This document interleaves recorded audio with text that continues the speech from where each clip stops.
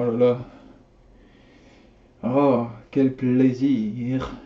Je suis confiné, mais je sens revenir en moi l'inspiration artistique. Ça a du bon de rester à la maison. Oh, ça vient, ça vient. Oh là là.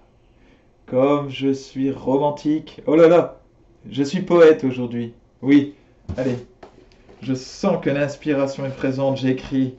Oh, Ronsard, viens me prêter ta plume. Euh, Langue française. Oh, Jean de La Fontaine. Oh, M. Pokora. Alors, allez, on écrit. C'est, c'est, c'est pas, c'est pas très rigolo. C'est pas très rigolo. Le confinement, le confinement, le, c'est le confinement, c'est chaud. On peut dire, c'est très chaud, c'est chaud.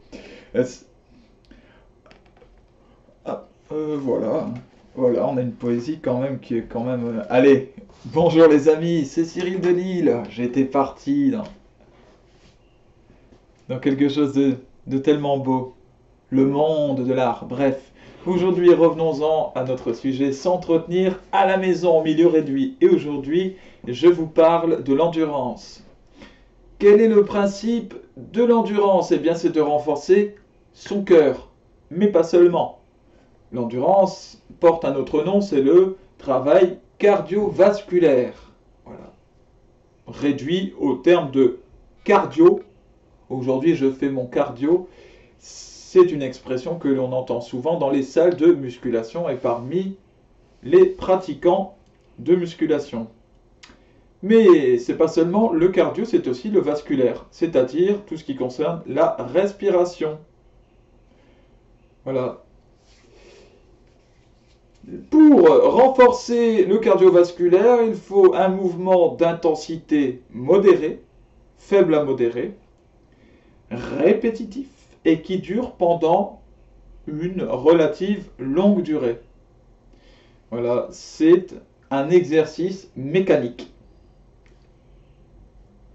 C'est comme cela que l'on renforce le cœur, et pas autrement.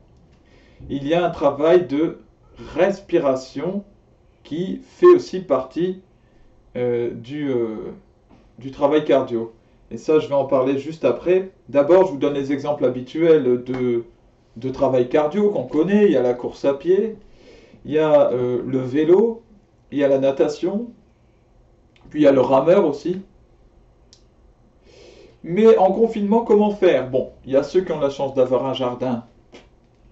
Tant mieux pour eux. Ils peuvent courir s'ils ont un jardin suffisamment grand. Mais bon, même avec un petit jardin, on peut faire le tour. C'est faisable. Hein, donc ils peuvent courir. Ceux qui ont la chance d'avoir un vélo d'appartement peuvent le faire. Mais avec le confinement, c'est de plus en plus compliqué. Et ça même, me semble-t-il, était interdit de faire du vélo. Et la natation, n'en parlons pas. Alors ceux qui ont la chance d'avoir une piscine, eh bien allez-y, vous pouvez nager. C'est formidable.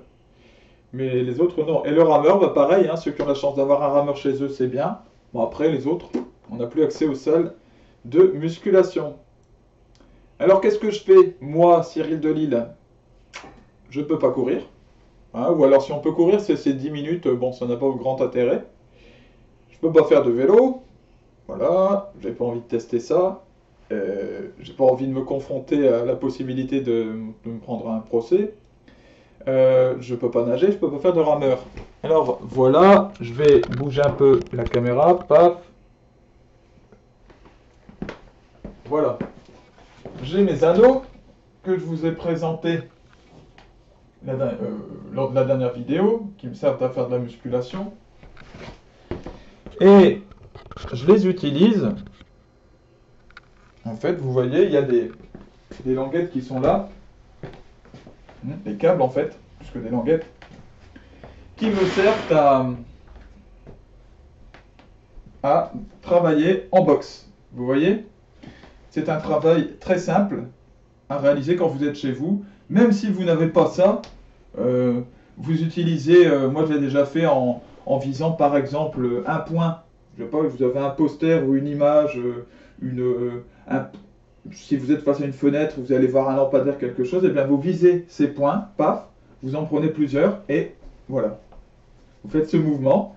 Et pour ma part, je sautille en même temps, paf, voilà. Et pour ma part, je tape sur ces languettes-là, mais après, c'est à vous d'adapter selon votre environnement. Donc, je suis comme ça, 1, 2, 3, 4, 5, 6, 7, 8, 9, 10, 11, 12, etc. Là j'ai fait ça ce matin, pendant 3 quarts d'heure. Voilà. En changeant de temps en temps, c'est-à-dire de temps en temps je partais sur des coups un peu plus bas. De temps en temps je partais sur 1, 2, 3, 1. 1, 2, 3, 1. C'est-à-dire point, point, point, jambe, point, point, point, jambe. Voilà. Autre chose qui est très important, une autre chose très importante plutôt, c'est le travail de respiration que j'ai évoqué juste avant.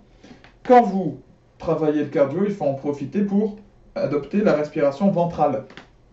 Donc une respiration maîtrisée. Voilà, quand vous nagez par exemple, vous êtes obligé, normalement, sauf ceux qui nagent tout le temps la tête hors de l'eau, mais ça n'a pas grand intérêt, hein, sachez-le. Normalement, la natation, c'est la tête sous l'eau.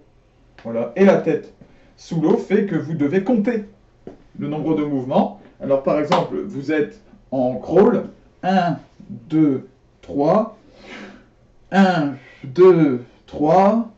Donc pendant 3 secondes, vous allez expirer et en 1 seconde, vous allez inspirer.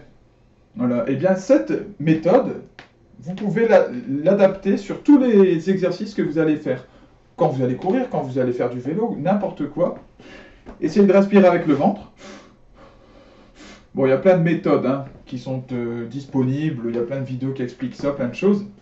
Donc, respiration ventrale et contrôlée sur un certain temps. Donc là, ça fait 1, 2, 3, 1, 2, 3, 4. Et au 4, je reprends ma respiration, j'inspire. D'accord? 1, 2, 3, 4. 1, 2, 3, 4. Voilà, c'est difficile de le dire en inspirant, mais vous avez compris le principe. Voilà. Après, si vous avez d'autres idées, voilà, n'hésitez pas à les appliquer. Mais c'était c'est une façon de vous présenter, voilà, la méthode de base. Si vous appliquez ce que j'ai expliqué, donc le fait d'avoir un exercice d'intensité modérée, répétitive, pendant une longue durée, avec cette respiration ventrale et maîtrisée, et vous utilisez à peu près tout le corps, comme là, bon, ben, il n'y a pas de secret, vous allez bien travailler votre cardio, et ça marchera très bien, voilà. Il y a un effet à la fois physique et psychologique. Voilà, il y a un effet non seulement physique, non seulement psychologique, mais même émotionnel. Et c'est ainsi pour chaque discipline. En réalité, chaque exercice, chaque discipline va travailler l'ensemble des